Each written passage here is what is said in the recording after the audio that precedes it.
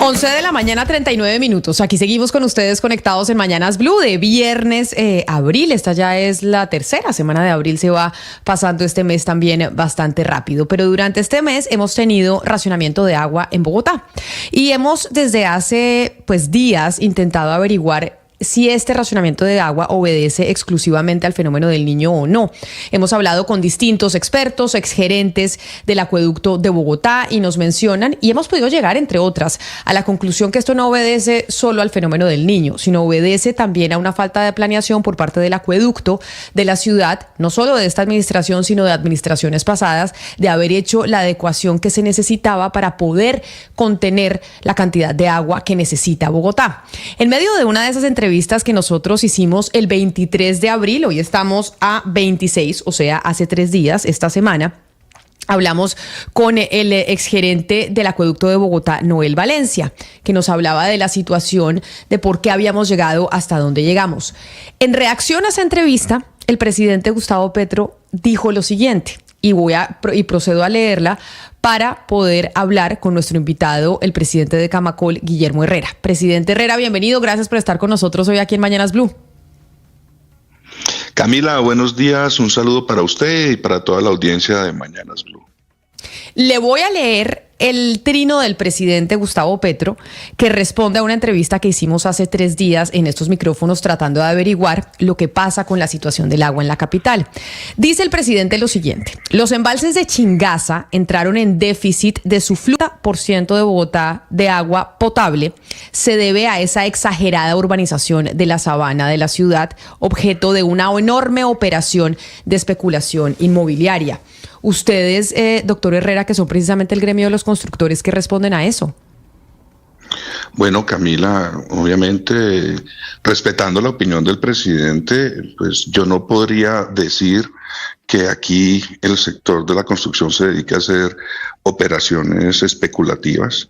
Claramente aquí tenemos una discusión más amplia y que tiene que ver con el crecimiento de la población, ¿no? Bogotá y Sabana es una región que concentra gran parte de la inversión económica del país, que genera muchas oportunidades de empleo formal, y donde, pues, como lo ha proyectado los mismos estudios que soportan los planes de ordenamiento de la ciudad, en el caso de Bogotá puede estar requiriendo cerca de 1 millón de unidades de vivienda adicionales en los próximos años, más los que se van sumando a los municipios que están en los primeros anillos de conurbación.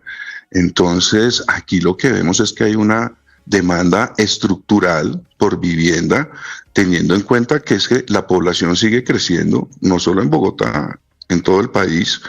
En los próximos 10 años habrá que construir más de 4 millones de viviendas. Si bien, ministro...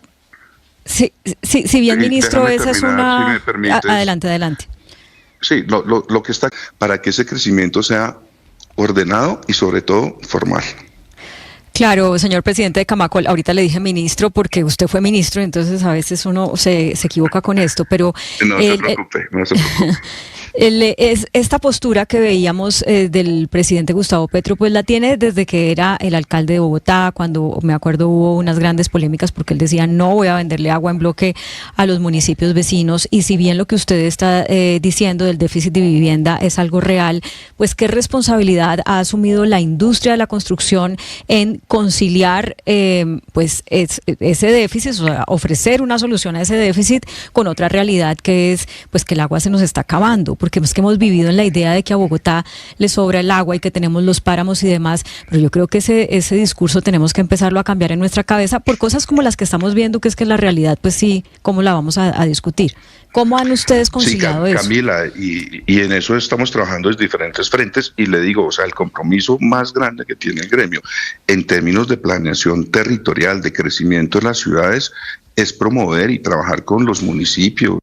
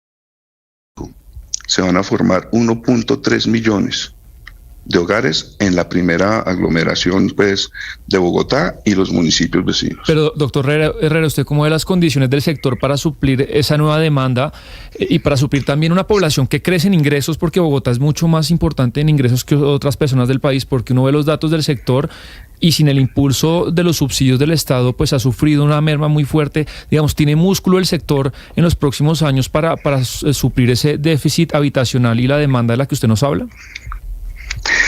Me parece que esa es una pregunta importantísima y Bogotá claramente está en una condición privilegiada frente al resto de los municipios del país, claramente porque los niveles de ingreso y de formalidad laboral son mucho más altos, si se quiere, en promedio frente a lo que podemos observar en otros departamentos como, pues, no sé, llamémoslo incluso el Valle, no hablemos de los demás departamentos del Pacífico, pero con todas las últimas cifras que tenemos del balance de mercado de vivienda nueva en Bogotá y Cundinamarca, nos muestra que al primer trimestre de este año, los primeros 13 meses, las ventas de vivienda en la ciudad cayeron por encima de un 21%. El acumulado de los últimos 12 meses muestra un deterioro cercano al 27%. Y eso que ya llevamos 21 meses de caídas continuas en la comercialización de vivienda y se empieza a ver cómo también el inicio de nuevas unidades empieza a caer. En el caso de Bogotá, caen por encima del 10%, muy por debajo del promedio nacional que está cercano al 18%. Pero miren este dato, el licenciamiento en Bogotá cayó más de un 82% arrancando este año. Entonces, hay dificultades que de pronto pueden ser atribuibles a las disposiciones del plan de ordenamiento, pero también hay dificultades frente a la falta de financiación de vivienda para los hogares de menores ingresos, y eso es una dificultad que estamos viendo por todo el país. Por todo el país, así, porque hoy la financiación, la producción de vivienda formal hoy en el país no está cubriendo todas las necesidades de la demanda.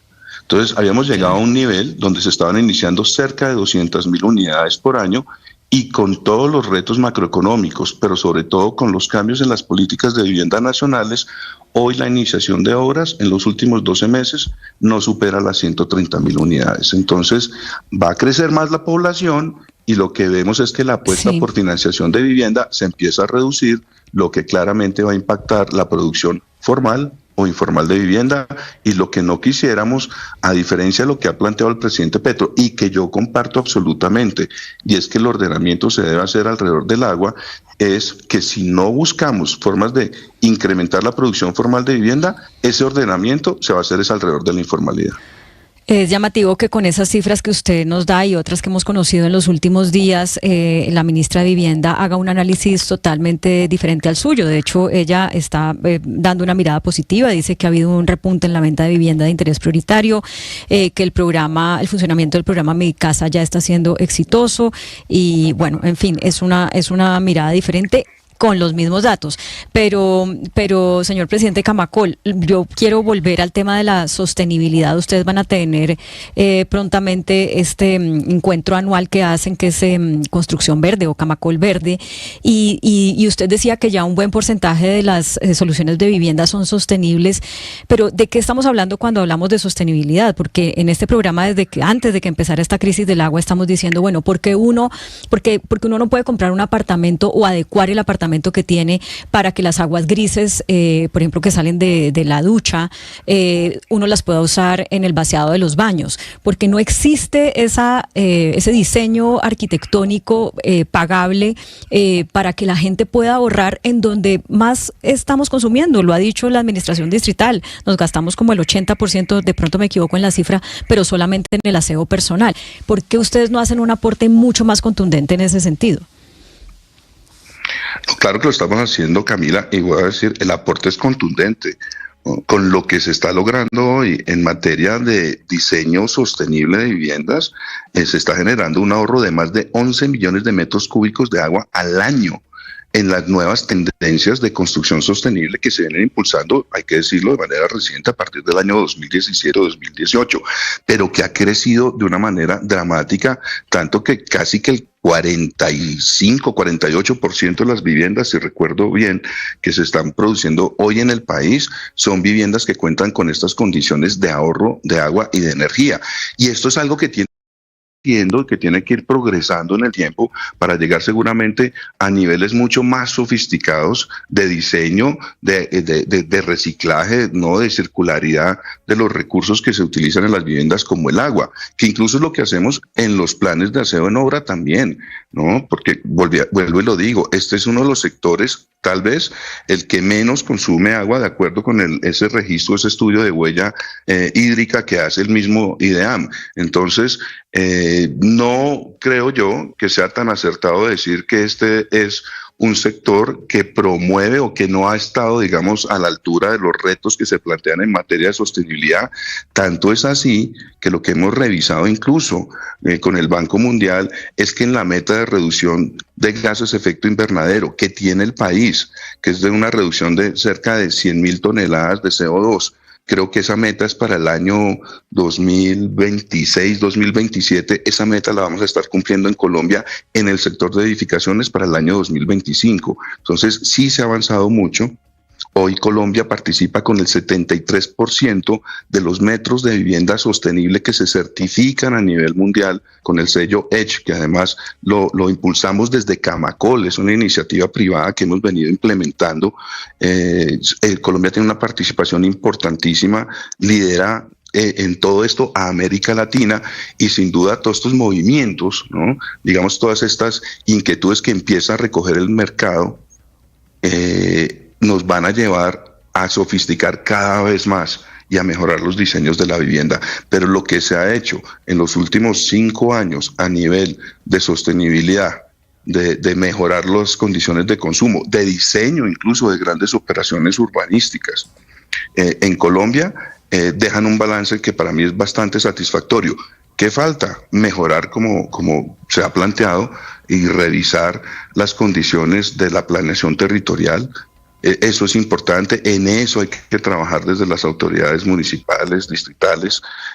Hay un gran debate claramente frente a los procesos de urbanización de la sabana, que no lo ha planteado solamente el presidente Petro, que lo han planteado en varias, digamos, discusiones sobre cómo se debe expandir y manejar el crecimiento de la región. Pero vuelvo y lo digo, en el fondo del debate, lo que tenemos aquí es incontrovertible y claramente no se puede detener. Y es que la población va a seguir creciendo, la población va a seguir demandando vivienda. El 80% de esa población que crece va a demandar vivienda de interés social. ¿Se necesita mejorar la planeación? Sí, pero se necesita incrementar también el gasto público en vivienda para que los hogares más pobres puedan acceder a una vivienda formal y que sea también de estas viviendas que hoy promueven menos consumo de agua y energía. Pues, presidente de Camacol, Guillermo Herrera, mil gracias por estar con nosotros y responder a esas afirmaciones que hacía el mandatario sobre la situación o lo que está generando o que ha generado la situación de Chingaza en Bogotá. Mil gracias por estar con nosotros hoy en Mañanas Blue. Feliz resto de día para usted. A usted, Camila, también gracias por la oportunidad de contarle a los colombianos y un buen día para todos ustedes. Nos vamos con las noticias del mediodía para actualizarlo a usted de lo que está pasando en Colombia y en el mundo.